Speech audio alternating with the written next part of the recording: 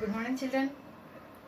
Today we are going to enter into the module 4, the same lesson how, when and where. Here, before going to enter into the module 4, just I will give you a brief introduction about the previous topic, that is colonization, right? Colonization and the records. So colonization, already you know how they divided and how they subjugated into India, right? How they subjugated the kings, nawabs and rajas, and how they interacted with the people, how they affected in the all aspects of the country, that is socially, economically, politically, right? So that is about the colonization. And coming to the records, actually records, I will give you a small example that once if you ask your parents, they will tell about their any occasion related photo albums, right? Any special books or any their marriage album or their marriage invitation card, like that they will preserve in the almaras, right? Once you ask your parents. So why I am giving that information? Because normally if any important thing is there, any important document is there, we need to preserve that, right? So for that reason, here the same thing government also did in the government administration. Okay, they preserved the government records and one particular building. Okay, so means how they recorded that information, how they preserved in the stores, and how they collected that information, right?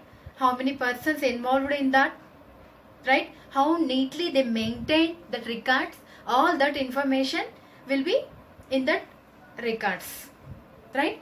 So already I discussed about the topic, already I said, and again once again I will repeat you here about the records, how they preserved, how they appointed different means the different segments of the country in the village level and mandal level, district level and state level and national level. In all the aspects, the different segments, how they appointed different officers. In the village level, tehsildars, district level, collectors, right? State level, provincial heads, and national level, ministers, right? Different people are involved in that, and they maintained such kind of things. Okay, they appointed persons, and again they appointed calligraphists to write neatly, to maintain that records also neatly, right? So this is all information about the records. Children, yesterday I have given you some task, right? What is that? Means when Britishers entered in India, from that time onwards, which kings or nawabs or rajas ruled India, right? So collect the information about that rajas and kings who ruled in the period when Britishers entered in India, right? So you know already that information. So many kings ruled, so many different dynasties are there in India. That time only Mughal Empire was declined, right? So today, now I am going to enter into the module 4. The topics are how surveys are important,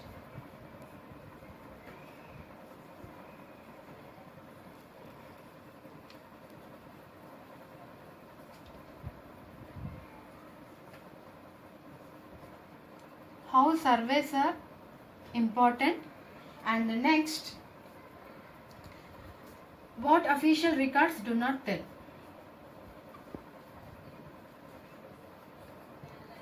What official records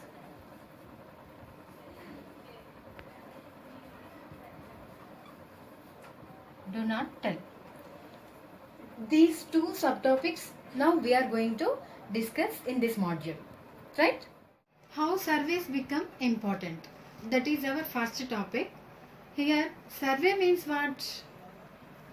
To search information about something detailedly in the society, about anything, about their caste, about their religion, about their literacy percentage, about population percentage, right? So these are the things which we do survey. Okay, so the practice of surveying also became common under the colonial administration. I said already, colonization, how colonization will be done in India, how they started colonization, right? So in that, for them, surveying also became a common under the colonial administration, and the British believed that a country had to be properly known before it could be effectively administered. Means each and everywhere the administration should be in a proper way, in a formal process, right? So in that, by the early 19th century, detailed surveys were being carried out to map the entire country. Okay, means the from where to where the country was expanded, the where the borders are there, from how many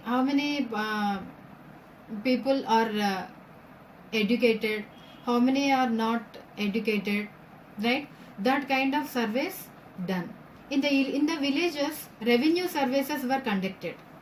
Okay, revenue surveys. I already said in the colonization, they collected taxes from the people to the maintenance of their administration and the running of the government, right? So for that reason, in the villages, revenue surveys were conducted.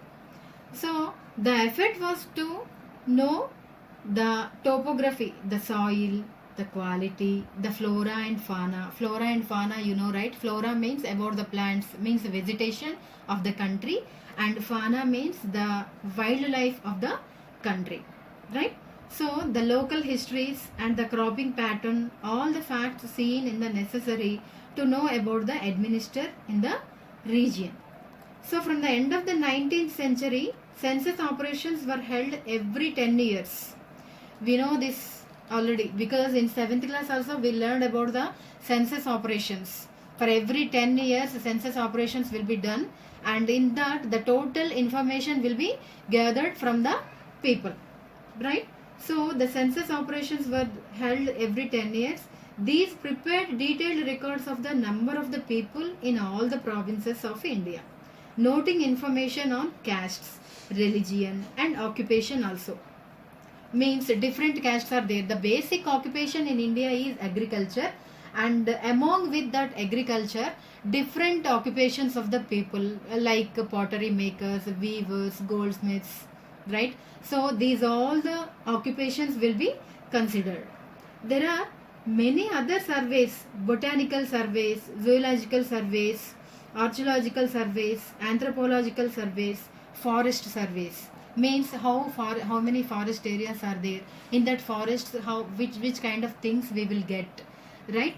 So that kind of surveys also they did. And zoological surveys, botanical surveys about the plants. Botanical surveys means here, in our textbook also they gave one example.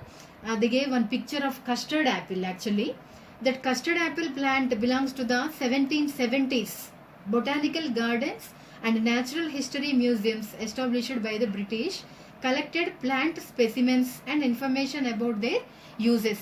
Different plants they collected, and what are the advantages with that plants, what are the uses with that plants. Means if any medicinal use is there or any food items we can get from that plants, like that kind of information they collected from the plants in this survey. Means that is botanical survey. So here the local artists were asked to draw pictures of these specimens actually, but historians are now looking at the way such information was gathered and what this information reveals about the nature of colonization. Means already I said in the colonization different aspects, in what kind of manner we can use all the resources in a proper way.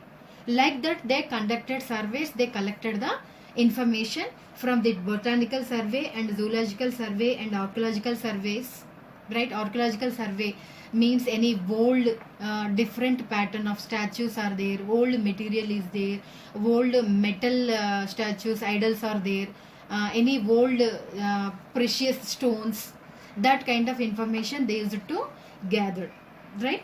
And the next, coming to the next topic is what official records do not tell, right? So in that topic already records and restoration I said, how they collected information, how they maintained records, how they preserved that information in the separate allotted buildings, right, in every different state. Okay, so here from this vast corpus of records we can get to know a lot, but we must remember that these are official records. Whatever the records kept in the buildings, whatever the records preserved in the allotted buildings, those are official documents, official records that was done by the government people completely. Okay, that information will be confidential. So they will not give us, means normal people, they will not allow, and they will not give that books to the normal people to know that information what there is exactly, right? So they tell us what the officials thought, what they were interested in, and what they wished to preserve for posterity. These records do not always help us understand what other people in the country felt and what lay behind their actions. I said already this also. Here, these records do not always help us understand all the things, because if we see any administration related record, we can't understand what is the flora and fauna of that particular country or that particular area, right? So we should know any particular information, means that particular related document only we have to see. So in this way, that all the records will not be useful for us to know every information. Okay, so for that, here for that we need to look elsewhere. When we begin to search for these other sources, we find them in plenty, though they are more difficult to get than official records. We have diaries of people, accounts of pilgrims and travelers, autobiographies of important personalities. Here, autobiographies means, I will tell you one example. In the previous classes also, that is 6th and 7th classes also, you learned about the different books, written by different authors, and they are not belongs to India also for sometimes. For example, Megasthenes, Indica, right?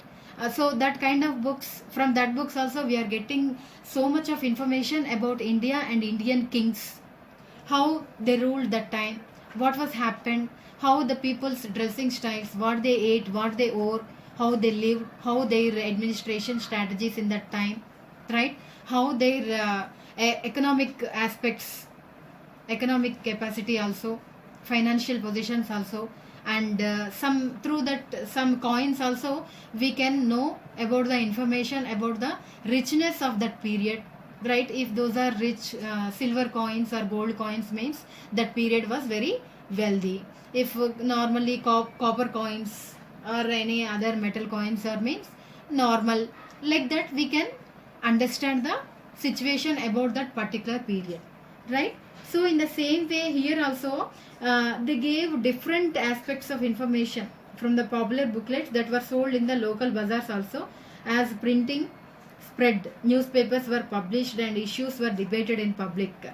Means after printing was introduced in India, they started to printing. Before I said they appointed calligraphists to maintain and write neatly on the records, right? So here I am saying about the printing press. After printing introduced in India, they started to printing the books and newspapers, and they published issues which are debated in the public places. Leaders and performers wrote, spread their ideas. Poets and novelists wrote to express their feelings. Here they got freedom also to express their views freely to the public. Means for writers, novelists, poets, what they want to write, what they want to give the information, what they want to spread in the society to the normal people, to the public, that freedom they got for the invention of the printing, right? So all these sources, however, were produced by those who were literate. Actually from that written records also, from this printing issues, printing books or newspapers also, who are educated, for them only these are very useful. But in India that time most of the people are illiterates, so we can't expect the same thing from the illiterate people, right? So in that way here only educated, who are educated, from that people only we can expect this knowledge about government. So from these we will not be able to understand how history was experienced and lived by the tribals and the peasants also, because they are not educated. The workers in the mines are the poor on the streets, and getting to know their lives is more difficult task because they are not educated, they are not much aware of all these kind of government related issues, and they are not much aware of all the public issues, what's happening in the government, what is government, who are involved in that government, what they are doing for us, what are the welfare programs conducted by the government, what are the schemes are implemented for the welfare of the poor people. All these kind of things they are not able to know that time because of their illiterateness, right? So here this topic is almost done. Children, let me show you one picture here. This was belongs to the mapping and surveys operations in progress in Bengal. Actually, it was done in Bengal, and a drawing by James Prinsep in the year of 1832. And here note how all the instruments that were used in surveys are placed in the foreground to emphasize the scientific nature of the project. Here they are surveying about the nature, and about instruments belongs to the scientific project, and this was done in Bengal. And next I will show you one more slide, that is about rebellions of 1857, the rebels of 1857. In this image we can see actually 1857 revolt we can say.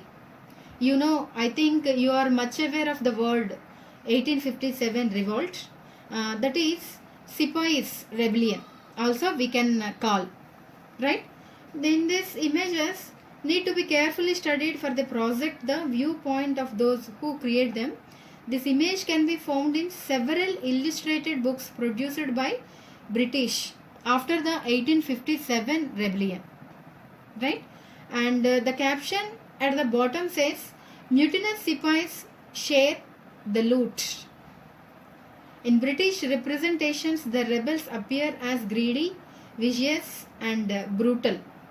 You will read about the rebellion in the coming chapters, but here they gave just about the picture how they behaved with Indians in that rebels of 1857. Actually, after struggling a lot in the year of 1857, the Indian Sepoys formed as an union, and they started the rebellion of 1857, and that also considered as the revolt of 1857. So in that picture we can see and identify how brutally they behaved with the Indian Sepoys, right? So this is the about 1857 revolt. Children, here till now we discussed about the how surveys are important and what official records do not tell us, right? So these two topics I hope you understand well, and in this lesson the lesson is completed till this module 4, and here today I am giving you the task. Once you read the complete lesson and try to understand the things. And one more thing is, here I said about the surveys, and I have given the example of Botanical Survey also, right? So once you read and collect the information about different kinds of surveys, what kinds of surveys they did, and for what purpose they did that surveys, right? So collect information, and we will meet in the next lesson, module 1. Okay.